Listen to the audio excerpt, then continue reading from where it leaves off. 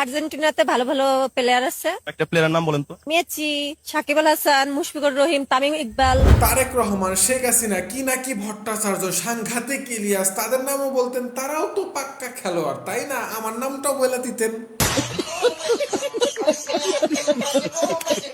তো আর জীবনে আর্জেন্টিনা করুম না। হ্যাঁ, আর্জেন্টিনার ভক্তদের কুত্তা বানায় দিল। রাগ করি নাই, কিন্তু বোতল 6টা জায়গায় 7টা হলে বেটার হইতো না? মানে 7 আপ। হ্যালো ডিকোডার্স আর্মি, বিশ্বকাপের সাথে সাথে কিন্তু ভক্তদের পাগলামিও শুরু হয়ে গেছে।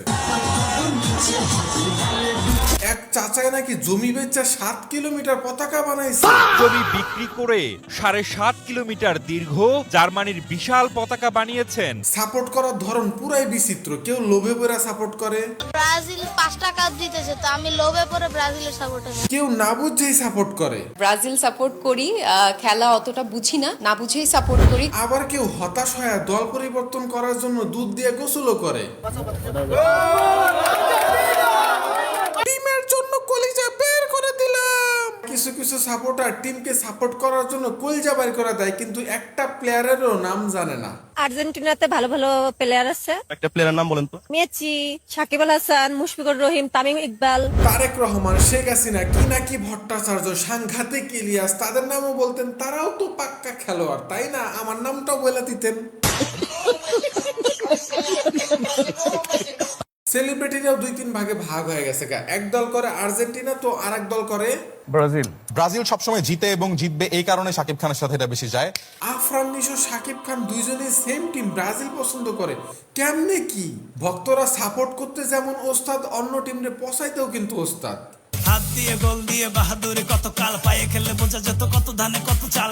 তোমায় পাবো না জানি, শুধু চোখের পানি দিয়ে গেলে জিতবে এবার আর্জেন্টিনা, জিতবে এবার মেসি, দু চোখে তাই আমরা স্বপ্ন নিয়ে বাঁচি।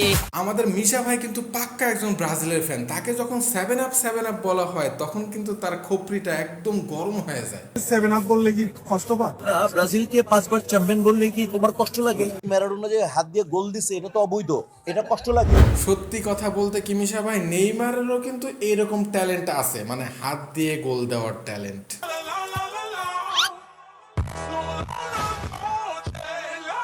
এইটা কিন্তু সত্যি কথা যে বাংলাদেশের অনেক অ্যাক্টর থেকে নেইমার কিন্তু ভালো অ্যাক্টিং করতে পারে। আমার অ্যাক্টিং সব থেকে ফালতু, Neymar acting better than me. ভুল করে একটা লাঠি লাগছে, একটা গড়ার না দিয়ে সে 3-4 বার গড়ায়। অথচ কেউ কেউ তো আর্জেন্টিনার দলই মনে করে না। আর্জেন্টিনা তো কোনো দলই না আসলে।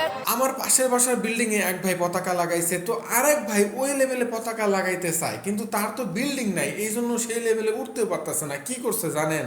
4 তলা সমান একটা বাসায় না, তারপরে পতাকা লাগাইছে। মানে বাস দেয়া হইলেও তাকে পতাকা লাগাইতেই হবে, জিততেই হবে। এদিকে গত ভিডিওতে আমি আর্জেন্টিনার জার্সি পরছিলাম, তাই অনেকেই ভাবতেছে আমি নাকি আফার সাপোর্টার। আমাকে দেখে কি আফার সাপোর্টার মনে হয়? এইবার আসি ফুটবল নিয়ে সিনেমার কথায়। আমাদের ইন্ডাস্ট্রিতে 2টা ফুটবল নিয়ে সিনেমা আছে। প্রথমটা 2010 সালের জাগো সিনেমা, আরেকটা হচ্ছে দামাল সিনেমা। শাওলিন সকারের মতো কিক মাইরা সব লন্ডভন্ড করা সিন হয়তো বা নাই, তবে জাগো সিনেমায় আছে পিওর নস্টালজিক সিন। পাড়ার ফুটবলে কি ঘটে? নিজেদের মধ্যে লড়াই হয়। তুমি মেয়েদের দিকে তাকাই থাকলে তো পয়রা যাবাই নাকি? ভাই আমার দিকে আমি তাকাই না, তুমি মেয়েদের দিকে তাকাই থাকো। দরপড়ে দরতে খাইতে কাজ বাদ দিয়ে প্র্যাকটিস করার জন্য ধমক খাওয়া। আগেতে কাম করতে ভালো লাগে না? কি করতে তোমার ভালো লাগে না? ফুটবল না? তুমি ম্যারাডোনা হইবা তুমি না? যা। পড়াশোনার খরচের কথা বলে ফুটবলের জন্য টাকা চাওয়া। ইউনিভার্সিটিগুলোতে একটু খোঁজ খবর নেব, সামনের সেমিস্টার থেকে ক্লাস শুরু করব। আপাতত 50,000 হলেই হবে। প্রতিপক্ষের নিকট মারাত্মক লেভেলের গোল খায়া হাইরে যাওয়া তো দেখবেন। এর সাথে সাথে আরেকটা জিনিস দেখবেন যে পাড়ার খেলার মতো এক একজনে এক এক রকম জার্সি পরা রয়েছে। সুমন ভাই আবার পয়রা যাওয়ার অ্যাক্টিং করতেছে, কিন্তু লাভ নাই। পয়রা যাওয়ার অ্যাক্টিং এর ক্ষেত্রে নেইমারই সেরা।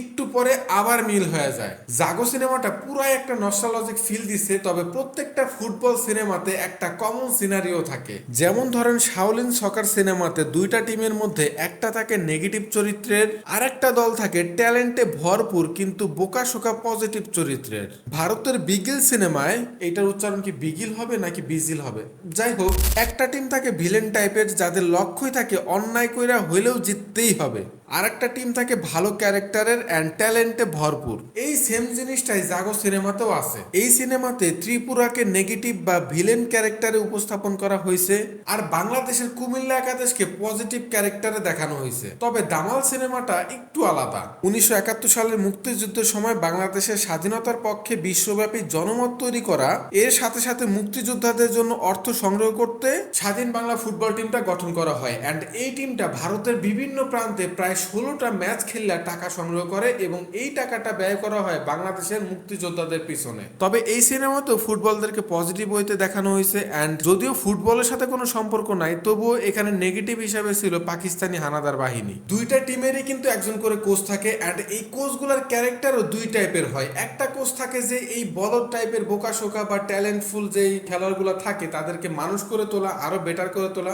আরেকটা কোচ থাকে যাদের শয়তানি বুদ্ধি থাকে, মানে খেলোয়াড়দেরকে খালি শয়তানি বুদ্ধি শিখায়। যেমন শাওলিন সকার সিনেমায় এই কোচটাকে আমার ভীষণ ভাল লাগে। মানে তার কথা বলার ধরন, বডি ল্যাঙ্গুয়েজ, এক্সাইটমেন্ট সবকিছুই আমার কাছে ভীষণ ভাল লাগে। বিগিল সিনেমাতে থালাপতি বিজয় থাকেন কোচ, সেও কিন্তু একটা বোকাশোকা টিমকে পাকাপোক্ত একটা জায়গায় নিয়ে যায়। অনেক নারী যখন সিদ্ধান্ত নেয় যে খেলা ছেড়ে দেবে, একইভাবে দামাল সিনেমাতেও স্বাধীন বাংলা ফুটবল টিমের কোচ ইন্তেখাব দিনার সবাইকে উৎসাহ দিতে গল্প শোনায়। জাগো সিনেমাতে তারিক আনাম হতাশায় পড়ে ফুটবল বাদ দেওয়া দোকানদারি শুরু করে, পরবর্তীতে কিন্তু সেই হয় কুমিল্লা একাদশের হেড কোচ অ্যান্ড সবাইকে অনেক উজ্জীবিত করে। এইদিকে পুরা সিনেমাতে নেগেটিভ চরিত্রের কোচদের একটাই লক্ষ্য থাকে যে ঘাপলা কইরা হইলেও খেলায় জিততেই হবে। পজিটিভ অ্যান্ড নেগেটিভ এই দুই কোচের মধ্যে যে একটা মনস্তাত্ত্বিক যুদ্ধ হয়, এটাই কিন্তু আমাদের এক্সাইটমেন্ট বাড়ায় দেয় অ্যান্ড আমরা পর্দায় তাকিয়ে থাকতে বাধ্য হই। ফুটবল নিয়ে আমি টোটাল 4টা সিনেমা দেখছি অ্যান্ড এই 4টার কিছু কিছু সিন আমার কাছে অনেক ভালো লাগছে। শাওলিন সকার সিনেমার এই মোটা ক্যারেক্টারটা আমার খুবই পছন্দের। পাড়ার ফুটবলে এরকম মোটা কাউকে দেখলে আমরা কি করি, গোলকিপারে দাঁড় করায় দিই। তো তাকে আমি যতবার দেখি ততবারই আমার মনে হয় ভাই তুই গোলকিপারে দাঁড় করায় দিই। মানে এই কিকটাও আমার অনেক পছন্দের একটা সিন। জাস্ট একটা কিক অ্যান্ড সবকিছু লন্ডভন্ড। অনেক আগে যখন আমি ছোট ছিলাম 9-10-এ পড়ি, তখন যখন আমি এই সিনেমাটা দেখতাম ভাই গুজবাম হইতো আমার, গুজবাম। দামাল যেহেতু একটা মুক্তিযুদ্ধ ভিত্তিক সিনেমা, এখানে মোটামুটি লিড ক্যারেক্টারে ছিল শরীফুল রাজ, বিদ্যা সিনহা মিম, তারপর সিয়াম আহমেদ। আসলে পুরো সিনেমাটাই ভালো লাগছে, তবে ওইরকম কোনো সিন নাই যেটা অনেক ভালো লাগছে। তো মোটামুটি সিনেমাটা ভালো হয়েছে। বিগিল এই প্রজন্মের সিনেমা, ভিজুয়াল অনেক ভালো, গ্রাফিক্স, ভিএফএক্স অনেক কিছুই ব্যবহার করা হয়েছে, যেটা সিনেমা দেখার সময় আপনার টান টান উত্তেজনা ফিল হবে। কাছে সবচেয়ে বেস্ট লাগছে 2010 সালের এই জাগো সিনেমা। কারণ এই সিনেমাটা আমি যখন দেখতেছিলাম আমি নস্টালজিক হয়ে গেছি। মানে আমার ওই আগের কালের কথা মনে পড়তেছে যে পাড়ার ফুটবল আমরা কেমনে খেলতাম, যেখানে বন্ধু বান্ধবদের মধ্যে ঝগড়া হইতো, মারামারি লাগতো, আবার একটু পরে মিলা যেতাম সবাই। এরপরে একটা টুর্নামেন্ট আসলে তখন আমরা সবাই একদম সিরিয়াস, জিততেই হবে, যেমনি হোক, হারলে আবার খারাপ লাগতো, তারপর আবার চেষ্টা করতাম যে জিততেই হবে। তো ব্যাপারটা কিন্তু আসলে অনেক জোস। যারা সিঙ্গেল আছি বিশ্বকাপ না বন্ধ, বিবাহ করবো না, এক কথা। ব্রাজিল না জিতলে বিয়ে করবো না, ঠিক আছে, এটা তো আরো জোস।